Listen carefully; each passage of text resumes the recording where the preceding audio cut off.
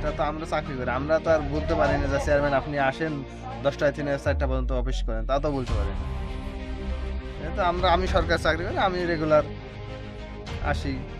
Member চেয়ারম্যানকে তো আমি আর আসতে বলতে পারি না আপনি অফিস এইভাবে। করেন, আপনি আছেন, যে জাতীয় পতাকা উত্তোলন করা হলো না কেন বা নামানো হলো কেন? গ্রাম পুলিশ বলতেছে যে আমার ছেলের বিয়ে, আমি চলে গেলাম, আপনি তো নামাইতে পারবেন না, এই বলে তারা নামাই গেল। কাজটা অনিয়মে হয়েছে আর কি।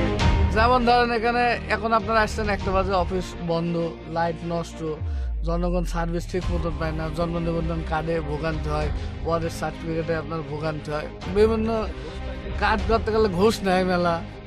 এই যে আপনার যারা কর্মরত দায়িত্ব আছে এরা নেবে জন্ম নিবন্ধন কার্ড, 150 টাকার কার্ড 600-500 কেন নেয় টাকা, আমার আপনার মতন জনগণের পকেট থেকে দেয়। যেহেতু আমার পরিষদে এই যাবৎ পর্যন্ত আমার জন্য তুললাম কি আল্লাহর রহমতে সহজে বলতে পারবে না। আচ্ছা, যদি কেউ এই ধরনের রেকর্ডের কথা আমার কথা যদি কেউ প্রমাণ করতে পারে, ঠিক আছে, আমি এত জানবো এর শাস্তি স্বরূপ দিতে হয়। এটি কুষ্টিয়া দৌলতপুর উপজেলার নদী ভাঙন এলাকা বলে খ্যাত স্থানীয় সংসদ মরিচা ইউনিয়ন পরিষদের কার্যালয়। গেল বৃহস্পতিবার ঘড়ির কাটার সময় তখন দুপুর 1টা সুই। এমন সময় এই দৃশ্যটি আরকে নিউজের ক্যামেরা দিয়ে ধারণ করা হয়। সরকারি ছুটি না থাকলেও পরিষদের কার্যক্রম বন্ধ দেখা যায়। ক্যামেরাতে যেদিকে তাকানো যায় দেখা যায় চারিদিকে শুধু স্তব্ধতা, জনমানব শূন্য। পরিষদের ভবনের উপর জাতীয় পতাকা টাঙানোর কথা থাকলেও তা টাঙানো হয়নি।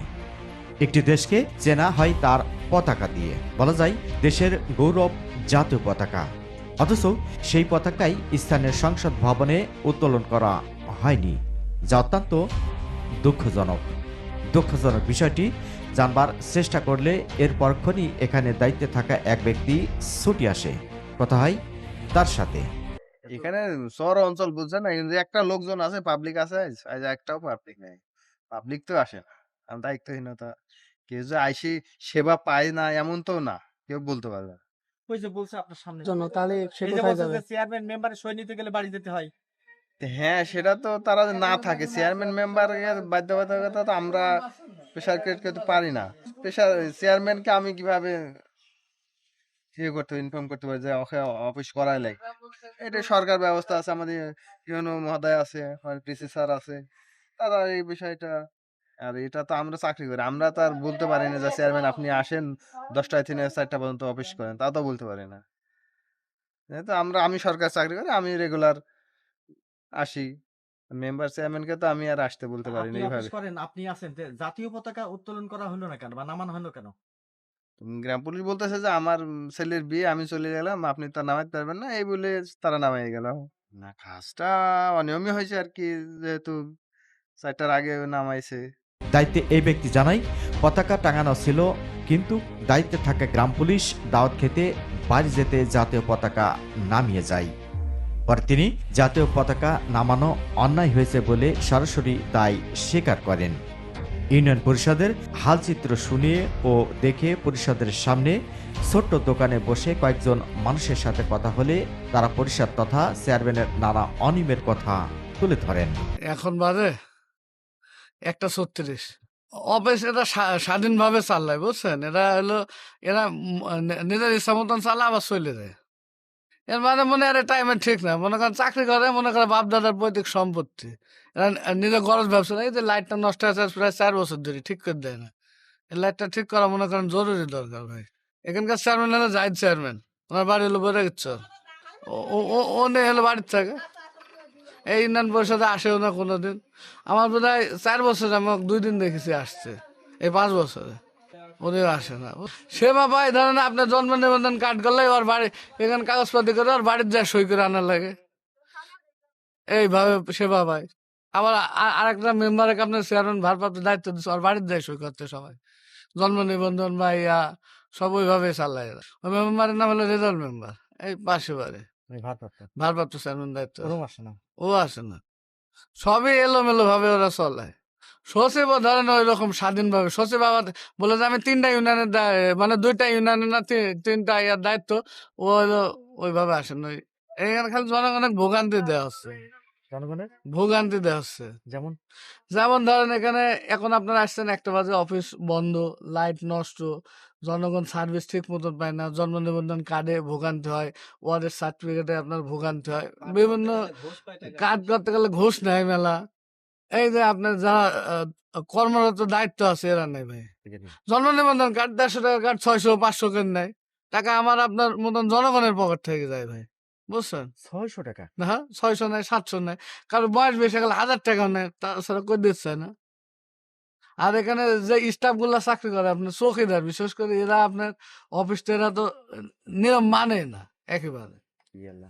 যারা চৌকিদার আছে ওনাদের কিন্তু ডিউটি আছে, দেখেন 5টা পর্যন্ত ডিউটি, একজন আর নাই। রাতেও থাকে না।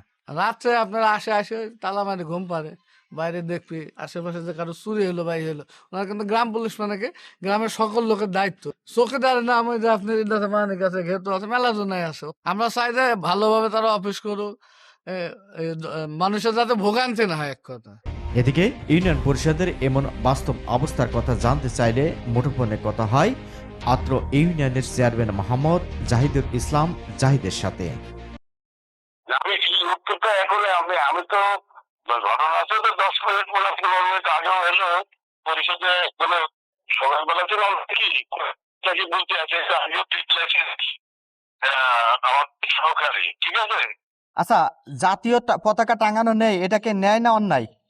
অবশ্যই অন্যায়।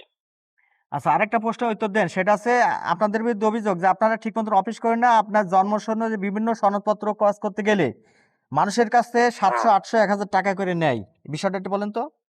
আমি এই ব্যাপারে আপনি অবগত, আমি আপনাকে বলি, যেহেতু আমার পরিষদে এই যাবৎ পর্যন্ত আমার কোনো দুর্নাম কি আল্লাহর আমাদের সহজে বলতে পারবে না।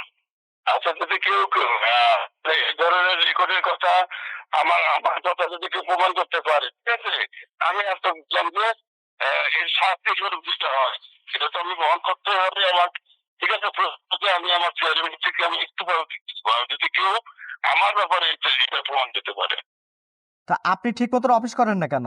জনগণের যে সেবাটা দেন না কেন? আমি যদি আমার এখন আমি বাড়িতে আছি, আমি 8-10 দিন করি, আমি গতকালকে একটু কথা বলতে পারছি, 3-4 দিন মোবাইলে কথা বলতে পারছিলাম না।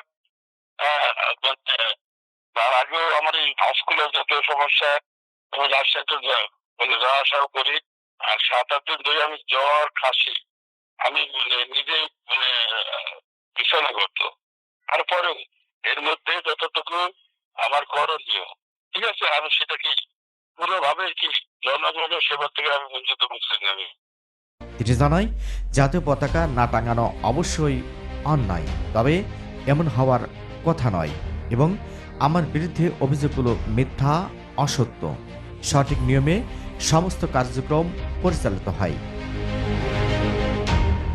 Mohammad Rafiq, RK News 24।